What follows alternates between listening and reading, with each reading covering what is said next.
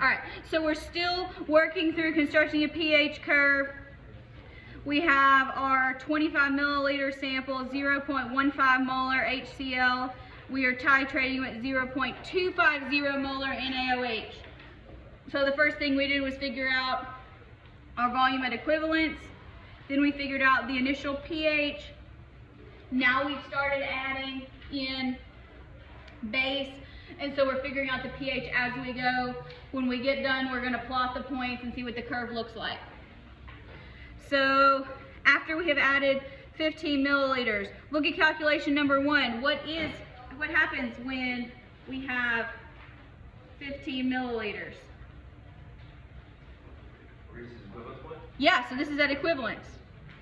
So this is at equivalence. Okay, well, just for completion purposes, we'll go ahead and do this way so you get the practice seeing it in case you forget the shortcuts later. So let's figure out, now again, here, we know we did our calculations, we did the hard calculations yesterday, so every time we're going to be starting with 3.75 millimoles, otherwise the math gets crazy and we're not going to do that. So it's easier just to say, if we start here, then let's do 15 milliliters times 0.25 molar NaOH. Guess what that gives us?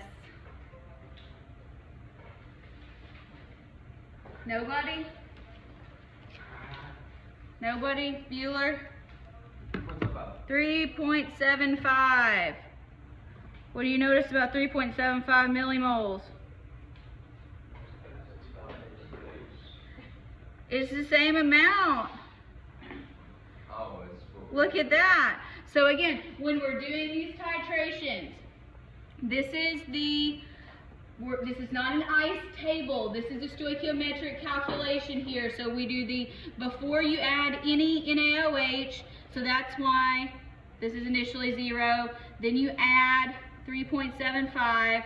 That reacts with available H+. So you subtract the amount here from your H+, because this is going to get used up if we can.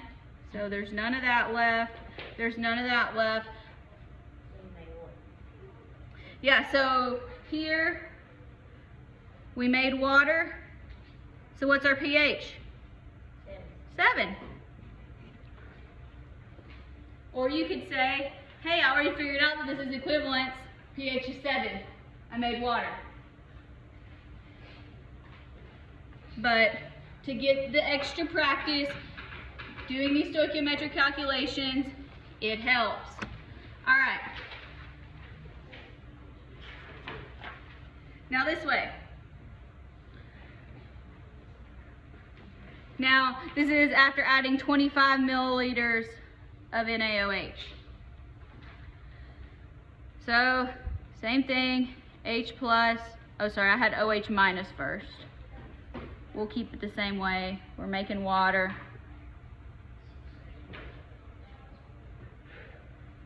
This is still the same, 3.75 millimoles. How many millimoles of NaOH do we have? Anybody working ahead of me? No? Okay. I'll do it.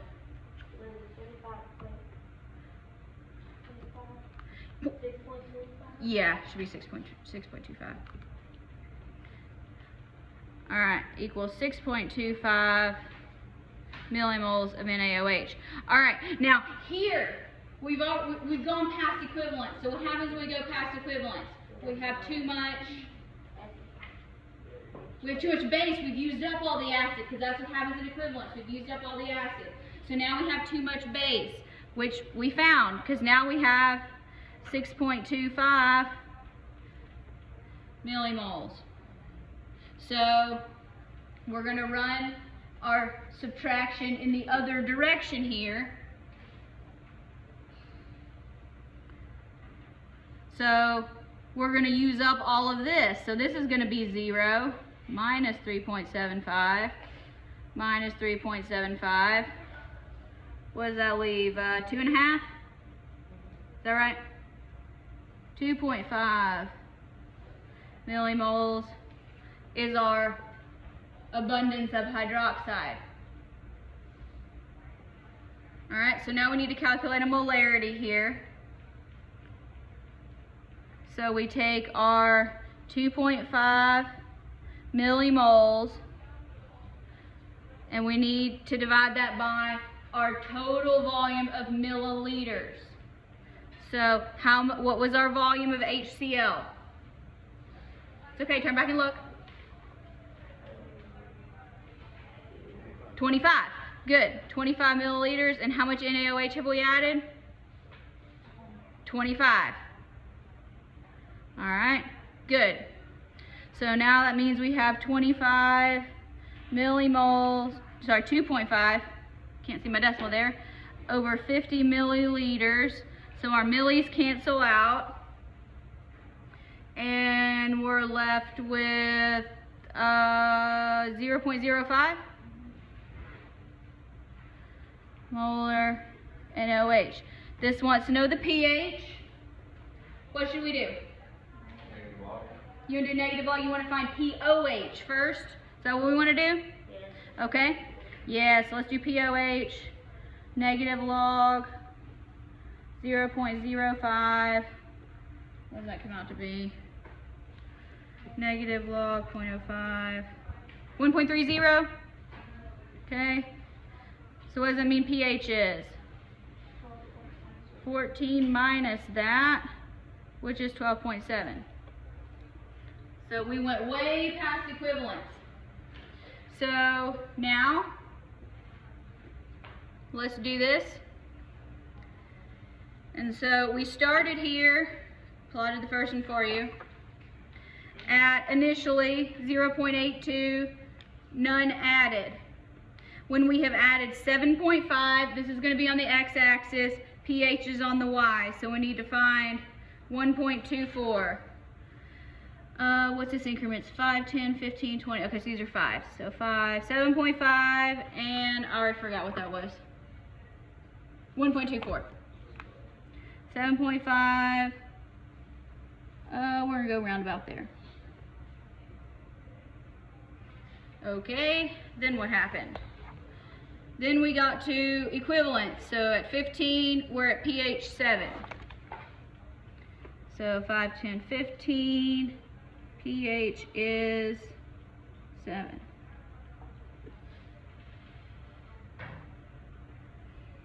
And then when we got to 25, we're way up here at pH 12.7. So we were flat, and then we went up real quick, and if we kept going, it'd be flat again.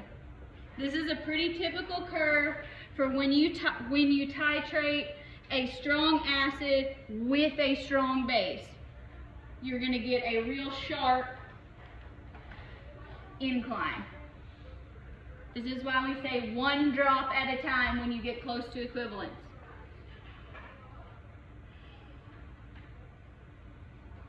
So here's a shorter example. Here we have a 50 milliliter sample, 0.2 molar sodium hydroxide. We're going to titrate it with 0.2 molar nitric acid. All right, what do we know about sodium hydroxide? Is it strong or weak? Strong. How about nitric acid? Is it strong or weak? Strong. It's also strong. Very good. All right, so how should we do this? Hey, can you slow that down just a little bit? Side down, yes.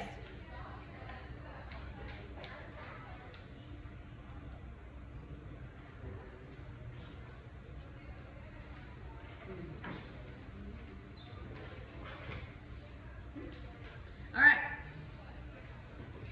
So here let's just write our equation first.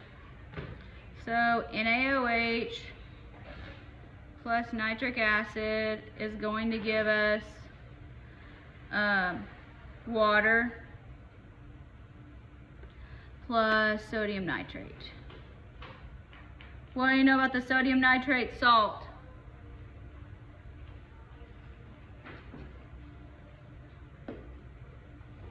Conjugates of strong acids and bases are pH neutral. Good, so this doesn't matter. That's a good thing. All right. So let's figure out, if we're doing part A, let's figure out how much sodium hydroxide we have to start with. So if we have 50 milliliters, this is NaOH here. And we have 0.2 molar, what's that, 10? Is that right? 50 times 0.2, yeah. So we have 10 millimoles. Okay, so that's what we have our initial before any, so this is our before we add anything. And then we're going to add something, and this time we're adding nitric acid. So here's our H plus. How much nitric acid are we adding at this point? 30. Good. So 30 milliliters, and it is also 0.2 molar. So we are at what?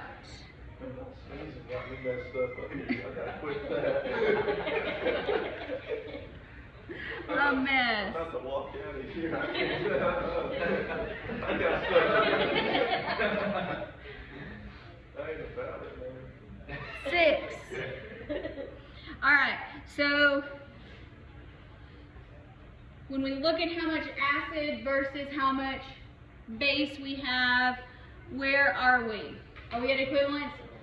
No. All right, what is there more of? Base. Base, there's more base. All right, so when we add this acid, it's all going to go away, right? Because it's going to get reacted with this. Do we agree? Yeah. Yes. All right, we can also track 10 minus 6, and hopefully we get 4. If not, use your calculator or use your fingers. It's okay. I won't judge you aloud. We'll judge you silently. All right, so now we got to get a concentration. So concentration, we need 4 millimoles. Now we need our volume. How do we find our volume? Add them together. How much base do we have? 50. How much acid do we have? 30. So that's 80, so 4 over 80 millimeters. Millis cancel out. 0.025? No, that's not right. 0.05. We're gonna check. Yeah, 0.05. 0.05 molar. What do we just calculate the concentration of? Yes, NaOH. Good. And because NaOH is strong, that also equals the concentration of OH minus. Just to review, you don't have to write that down because the question didn't ask us, it just asks for pH. So do we want to do the same thing? Doing POH? POH negative log 0.05. We did this at the top of the page. 1.30 pH 12.7 look, they're the same. How about that?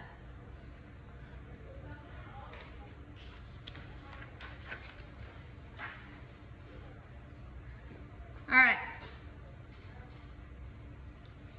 Now, let's do the second part. Equivalence. What do we know when we get strong acid plus strong base, you get salt and water. What's the pH? 7. Did you have to do any math? No. Wasn't that part easy? Yeah, that's it. Do you want one like that on the test? Yeah, we like these? We like these? All right. So, strong acid plus strong base gives you water. What's the pH of water? 7. Look at your salt. This is a conjugate acid of a strong base, so it's neutral. Conjugate base of a strong acid, also neutral. Is it going to affect the pH? Not a bit. pH is 7. If you want to go through all this business, we can do that, but... I trust you. Or you can say, at equivalence of a strong acid and a strong base, it is always 7. That is why we use phenolphthalein as our indicator. Yeah. We like that. All right. Turn the page. Is that the pH? We calculate POH first. Yeah, pOH. On my handwriting, it looks like a delta H. Yeah, that's what I was thinking of. Right? No, that wasn't supposed to look like that. That was just my bad handwriting. So, what we did there without going through the complex calculations is we did a strong base, adding a strong acid. Previously we were doing nitric acid, but also a strong acid. So here the curve looks same shape, only backwards. It's the mirror image. Because when you have a base, you start with a high pH, you go to low pH. Notice this very steep part, this happens very rapidly. That is your clue graphically that it is strong and strong.